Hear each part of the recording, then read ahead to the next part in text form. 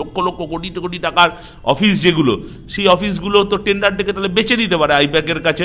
আইপ্যাকের অফিসে গিয়ে চোরাই মাল পাচারের সঙ্গে যেভাবে, স্মাগলিংয়ের সঙ্গে যেভাবে মুখ্যমন্ত্রী জুড়িয়ে গেলেন, এসআইআর পর্বে বিজেপি যেভাবে এসআইআরটা বুমেরাং হয়েছে, আচলা বাস খেয়েছে বিজেপি। মুখ্যমন্ত্রী, ইডি, সিবিআই তাকে চালায় বিজেপি। ইডি আইপ্যাকের অফিস থেকে চোরাই মাল হাতাতে হয়, সেটা স্বয়ং মুখ্যমন্ত্রীকেই হাতাতে হচ্ছে। তৃণমূলের নেতাদের বাড়িতে তৃণমূলের মাল থাকে না, তৃণমূলের পার্টি অফিসে তৃণমূলের মাল থাকে না, মানে তৃণমূল কোথায় থাকে? পুরো আইপ্যাকের অফিসে। পশ্চিমবাংলার 9 কোটি মানুষের ভবিষ্যৎ ঠিক করছে এরকম একটা জাল জোচ্চোর কোম্পানি ইডি বুড়ো আঙুল চুষছে, আর তার সামনে দিয়ে মুখ্যমন্ত্রী ঢুকলেন, ফাইল নিয়ে এলেন, সেখানে ভাষণ দিলেন, আর ইডি, সিবিআই, দিদি, মোদি সব সেটিং জিন্দাবাদ। এটা এখন জনগণের স্লোগান, আমাদের কোনো স্লোগান নেই। দাদা, আইপ্যাকের অফিসে ইডি রেড করাকালীন মুখ্যমন্ত্রী ঘটনাস্থলে গেলেন এবং নিজের পছন্দ মতো ফাইল নিয়ে চলে এলেন। ইডি ঘটনাস্থলে কার্যত সঙ্গের মতো দাঁড়িয়ে রইল, কিচ্ছু করতে পারলো না। কেন, কি চলছে এই রাজ্যে? প্রথম কথা হলো আইপ্যাক হাইজ্যাক। তা ইডি কি ঠুটো জগন্নাথ? ইডি কি কচি খোকা? ইডি কি ন্যাকা ষষ্ঠী? 6টা থেকে 11টা পর্যন্ত প্রথমে ওর তদন্ত করলো বা ও ওখানে রেড করলো, তখনও যে আসল মাল সেগুলোকে সরিয়ে রাখতে পারলো না। মুখ্যমন্ত্রী 11টার পর এলেন, তারপর যেগুলো অরিজিনাল ডকুমেন্ট সেগুলো নিজে ছিনিয়ে নিয়ে ইডির সামনে ইডিকে কাজকলা দেখিয়ে উনি বেরিয়ে গেলেন। এই নাটক, এই তামাশা কতদিন ধরে চলবে? রাজীব কুমারের সময় এই তামাশা দেখেছি, আবার আইপ্যাকের এই অফিসে রেডের সময় এই তামাশা দেখেছি। এবং রেডটা কি ফাজলামির ব্যাপার নাকি? রাজীব কুমারের সময় রেড করতে গিয়ে SMS করে মুখ্যমন্ত্রী এবং মিডিয়াকে জানিয়ে রেড করতে গেছিল। পাড়ার ছিচকে চোর, তারও বাড়িতে রেড করতে গেলে যে পুলিশ যে সতর্কতা নিয়ে যায়, এবং একটা বড় বড় ইন্টারন্যাশনাল ক্রিমিনাল, একটা গ্যাং হাওলায় টাকা খাটায়, কয়লা, বালি, গরু পাচারের টাকা বিদেশে পাচার হয় যে সংস্থার মাধ্যমে, সেই সংস্থার অফিসে রেড করতে গেলে আরও যে ধরনের সতর্কতা, এবং সতর্কতা তো যার 8 হয় না তার তো 80তেও হয় না, আমরা বুঝতে পারছি। এর আগে রাজীব কুমারের ব্যাপারে ঠেকে শেখা উচিত ছিল। তারপর নিজাম প্যালেসে যখন ফিরাদ হাকিম সহ অন্যদের গ্রেপ্তার করতে গেছিল, তখনও তার ঠেকে শেখা উচিত ছিল। কবে আর ঠেকে শিখবে আমি জানি না, নাকি এটা একটা নাটক চলছে। তো আমি বলছি যে এসআইআর পর্বে বিজেপি যেভাবে এসআইআরটা বুমেরাং হয়েছে, আচলা বাস খেয়েছে বিজেপি, যেভাবে বিজেপির তথাকথিত সমর্থক যারা, তারা যেভাবে এসআইআরে ক্ষতিগ্রস্ত হয়েছে, এখন এই এসআইআরের থেকে নজর ঘোরাতে ইডিকে দিয়ে এরকম একটা নাটক তৈরি করানো হলো কি না, হইচই হবে, এসআইআরের সাবজেক্টটা ভুলে যাবে, তৃণমূল বিজেপির মধ্যে মেরুকরণ হবে, কিন্তু চোর অধরা যেরকম অধরা ছিল সেরকম অধরেই থেকে যাবে। এই নাটকগুলো করার কোনো মানে নেই। একটা এরকম ধরনের একটা সংস্থা, সিবিআই, ইডি, তাদের যেভাবে এফিসিয়েন্সি প্রশ্নের মুখে পড়ে যাচ্ছে, চ্যালেঞ্জের মুখে পড়ে যাচ্ছে, এটা গোটা দেশের আইন শৃঙ্খলার পক্ষেই বিপজ্জনক।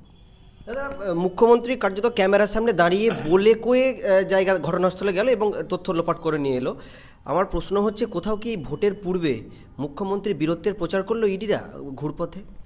আমি তো বলছি যে ইডি একদিকে হতে পারে যে এটা হইচই করার একটা ব্যবস্থা করলো, একটা নাটক হলো, কিন্তু আসল নিটফল জিরো। আবার মুখ্যমন্ত্রী, ইডি, সিবিআই তাকে চালায় বিজেপি, সেই তৃণমূল এবং বিজেপির মেরুকরণটা আরও ভালো করে রক্ষা করা যাবে। বাংলা বাঁচাও যাত্রা বামপন্থীরা যেভাবে উঠে আসছে, সেটা নিয়ে কি আবার নতুন করে কোনো সংকট তৈরি হচ্ছে কিনা? বিভিন্ন রিপোর্ট পাওয়া যাচ্ছে সেখানে বামপন্থীদের যেভাবে ফলের আভাস বাড়ছে, এবং বলছি বিজেপি যেভাবে ভেঙে পড়ছে তাসের ঘরের মতন, সেই সব আড়াল করতে আমাদের এটা দেখা দরকার যে ইডি, সিবিআই এবং দিদিকে দিয়ে এই নাটকটা করানো হলো কিনা। আমি তো বলেছিলাম ইডি, মোদি, দিদি সব ছোটো ছোটো মাস্তুতো ভাই, আলাদা করে দেখার কিছু নেই।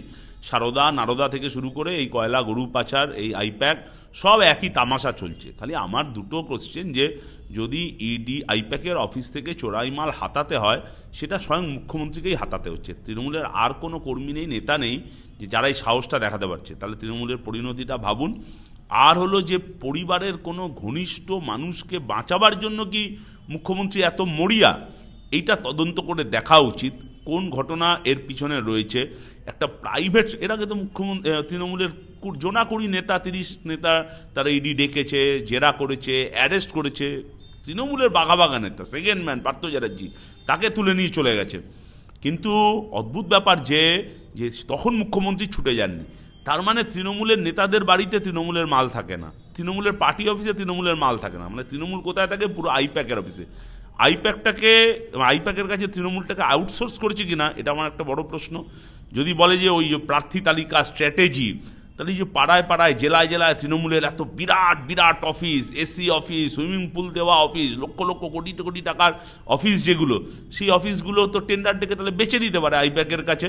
তৃণমূল কর্মীদের আমার মনে হয় যে রাস্তায় নামা উচিত, যে তৃণমূল দলটা আছে না আইপ্যাকটা আসল তৃণমূল, না আসল কোনটা তৃণমূল সেটা একটু তৃণমূলের নেতাদের বা তৃণমূলের কর্মীদের বুঝে নেওয়া দরকার। এখন তো প্রশ্ন পার্টি অফিস শুধু নিয়ে নয়, আইটি প্রধানকে সেই নিয়েও প্রশ্ন উঠছে সমাজ মাধ্যম থেকে, সেই প্রসঙ্গে কি বলবেন? আমি জানি না ওদের কি দেবাংশু না বলে কোনো একটা ছেলে আইটি প্রধান ছিল, এখন ওর চাকরি চলে গেছে, কম্পেনসেশন পেয়েছে কিনা আমি ঠিক বলতে পারবো না। এখন শুনলাম যে মুখ্যমন্ত্রী বলছেন ওনাকে আইটি হেড, ও শুধু আইটি হেড না, ফিনান্স হেডও, সব 2 নম্বরই টাকার লেনদেন তৃণমূলের ওই অফিস থেকে তৈরি হয়। আর প্রশান্ত কিশোর চলে যাওয়ার পর এখন অভিষেক ব্যানার্জি এই আইপ্যাক কোম্পানির বকলমে কর্ণধার, এবং তাই এই আইপ্যাককে ব্যবহার করেও এই যে বললাম কয়লা, গরু পাচারের টাকা, বিনয় মিশ্রর টাকা, অনুপ মাঝির টাকা, এনামুলের টাকা, মানে যারা কয়লা গরু পাচারের কিংপিন, তারা এই কোম্পানিকে ব্যবহার করে এধার কামাল উধার করেছে। হাওলায় এই টাকা খাটানো হয়েছে। বিপজ্জনক হলো এই আইপ্যাক নাকি তৃণমূলের ভোট স্ট্র্যাটেজি তৈরি করে। এই ভোট স্ট্র্যাটেজির ওপর নির্ভর করে তৃণমূল ভোটে জিতছে, পশ্চিমবাংলার মানুষের প্রতিনিধিত্ব করছে, পশ্চিমবাংলার সরকার নির্বাচিত হচ্ছে তৃণমূল কংগ্রেস। তাহলে পশ্চিমবাংলার 9 কোটি মানুষের ভবিষ্যৎ ঠিক করছে এরকম একটা জাল জোচ্চোর কোম্পানি, এটা একটা ভয়ঙ্কর বিপদের ইঙ্গিত। আর কত পাওয়ারফুল ভাবুন আইপ্যাক, যে আইপ্যাকের অফিসে রেড হচ্ছে বলে শুধু মুখ্যমন্ত্রী ছুটে যাননি, চিফ সেক্রেটারি, ডিজিপি, কলকাতার পুলিশ কমিশনার, এবং আইপ্যাকের কর্ণধার যে বাড়িটায় থাকে তার পাশেই হলো কলকাতা পুলিশ কমিশনারের বাংলো। তার মানে কত হাই প্রোফাইল এই মানে এই লোকটা হতে পারলে, যে যার জন্য এই ধরনের ব্যবস্থাপনা হচ্ছে। সব মিলিয়ে আমি যেটা বলতে চাইছি যে এই আইপ্যাকের অফিসটা এখন ঘুঘুর বাসা, এবং এখান থেকে অনেক ক্রিমিনাল অ্যাক্টিভিটি পরিচালিত হয়।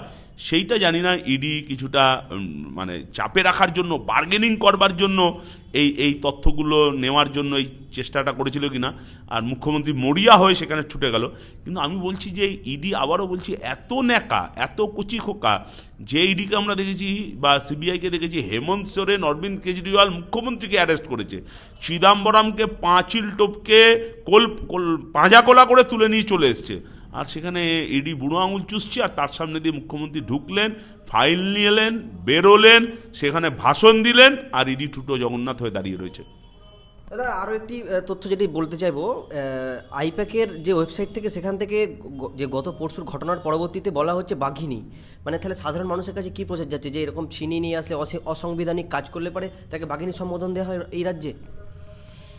আমি বাঘ না বাঘিনী সেটা আমি বলতে পারবো না। সেই অনেকদিন আগে আমাদের নেতা অনিল বিশ্বাস বলেছিলেন যে ফরেস্ট ডিপার্টমেন্টকে বলে যে ওনাকে ভালো করে সংরক্ষণের ব্যবস্থা করা হোক, তেমনি যদি আবার প্রয়োজন হয় ওনাকে সংরক্ষণের ব্যবস্থা করা হবে। অনুব্রত একসময় বাঘ ছিল, এখন বাঘ কীরকম বিড়াল হয়ে গেছে জানেন। জনগণ কিন্তু আসল, জনগণ কে বাঘ হবে আর কে বিড়াল হবে এটা ঠিক করে দেবেন। কিন্তু আমি খালি একটাই বলছি, আইপ্যাক বলছে বাঘিনী, আর আমাদের কথা হলো যে এতদিন লোকে বলতো যে তখন তৃণমূলের বাকি নেতাগুলো হয়তো চোর, ওরা চুরি করে, কিন্তু আমাদের দিদি মুখ্যমন্ত্রী তিনি ধোয়া তুলসী পাতা, তার সম্পর্কে কোনো প্রশ্ন করা যাবে না। আজকে আইপ্যাকের অফিসে গিয়ে চোরাই মাল পাচারের সঙ্গে যেভাবে, স্মাগলিংয়ের সঙ্গে যেভাবে মুখ্যমন্ত্রী জুড়িয়ে গেলেন, তাতে বোঝা যাচ্ছে মুখ্যমন্ত্রী আসে নাটের গুরু। উনি বাঘিনী না নাটের গুরু সেটা পশ্চিমবাংলার মানুষই ঠিক করবে। দাদা এর আগে বিজেপি সাংসদ অভিজিৎ গাঙ্গুলি তিনি বলেছিলেন যে কেন্দ্রীয় তদন্তকারী সংস্থা তারা কি আদতে চায় পশ্চিমবঙ্গের দুর্নীতির মুখোশটা খুলতে, সেই বক্তব্যের পরবর্তী কি গত পরশুর উদাহরণ কি এটি ছিল? দেখুন, অভিজিৎ গাঙ্গুলি এতদিন বাদে বুঝেছেন, ওনার মানে এই প্রোফাইলের মানুষ, ওনার এত বছর লাগলো যে এই গোটা ব্যাপারটা বুঝতে।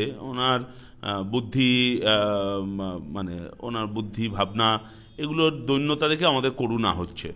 কিন্তু অভিজিৎ গাঙ্গুলি তার এতদিন বাদে অনেক লেটে বুঝেছেন, কিন্তু আমরা এটা অনেক আগে থেকেই বুঝছিলাম। দেখুন, সারদা নারদা থেকে শুরু করে এই লাস্ট যা চলছে, যেভাবে তামাশা হচ্ছে, জেলে তো কাউকে ঢোকাতেই পারছে না আসল মাথাগুলো, আর এখানে যারা জেলে ঢুকেছিল তারা একটার পর একটা বেল পেয়ে যাচ্ছে, এবং কত অপথ্য ইডি সিবিআই হলে ভাবুন যে অনুব্রত মণ্ডলের জামিনের নাকি ইংরেজি থেকে বাংলা তর্জমা করতে পারেনি, তার জন্য নাকি অনুব্রত মণ্ডল ছাড়া পেয়ে গেছে। এই ইডি সিবিআইকে বুড়ো আঙুল দেখিয়ে কলকাতা পুলিশকে লাগিয়ে আরজি করে অভয়ার কাণ্ডের সময় প্রমাণ লোপাট করা হয়েছিল কলকাতা পুলিশকে দিয়ে, তখনও এই ইডি সিবিআই ঠুটো জগন্নাথ ছিল। তো আমরা প্রথম থেকেই বুঝছি যে ইডি সিবিআইকে ব্যবহার করে হেমন্ত সোরেন, অরবিন্দ কেজরিওয়াল অ্যারেস্ট হতে পারে, আর সেখানে প্রতীক জৈন পর্যন্ত শুধু রেইড করতে গেছে। অভিষেক ব্যানার্জি, মমতা ব্যানার্জি না, তাদের বাড়ি নয়, কালীঘাটের অফিস না, ক্যামার স্ট্রিটের অফিস না, প্রতীক জৈনের বাড়িতে রেড করতে গেছে। এই পর্যন্ত গিয়েই তারপরেও ইডিকে দুগালে দুটো থাপ্পড় মেরে তার সামনে থেকে ওই ফাইল ছিনতাই করে, সবুজ ফাইল ছিনতাই করে মুখ্যমন্ত্রী চলে এলেন। ইডি আবারও বলছি ঠুটো জগন্নাথ হয়ে দাঁড়িয়ে রইলেন, গাবজাল দিলেন, বুড়ো আঙুল চুষলেন। এটাকে সেটিং ছাড়া আর কি বলবো। তাই ইডি, সিবিআই, দিদি, মোদি সব সেটিং জিন্দাবাদ। এটা এখন জনগণের স্লোগান, আমাদের কোনো স্লোগান নেই। তবে আবারও বলছি, অভিজিৎ গাঙ্গুলির প্রতি আমাদের করুণা হয় যে ওনার ভাবনা চিন্তার জগৎ, ওনার বুদ্ধি, সেগুলো যদি এত সীমিত হয়, তাহলে তো নিশ্চয়ই ওই পর্যায় থেকে ওনার এইগুলো সত্যি একটা দৈন্যতা, কিন্তু খুব চিন্তার ব্যাপার।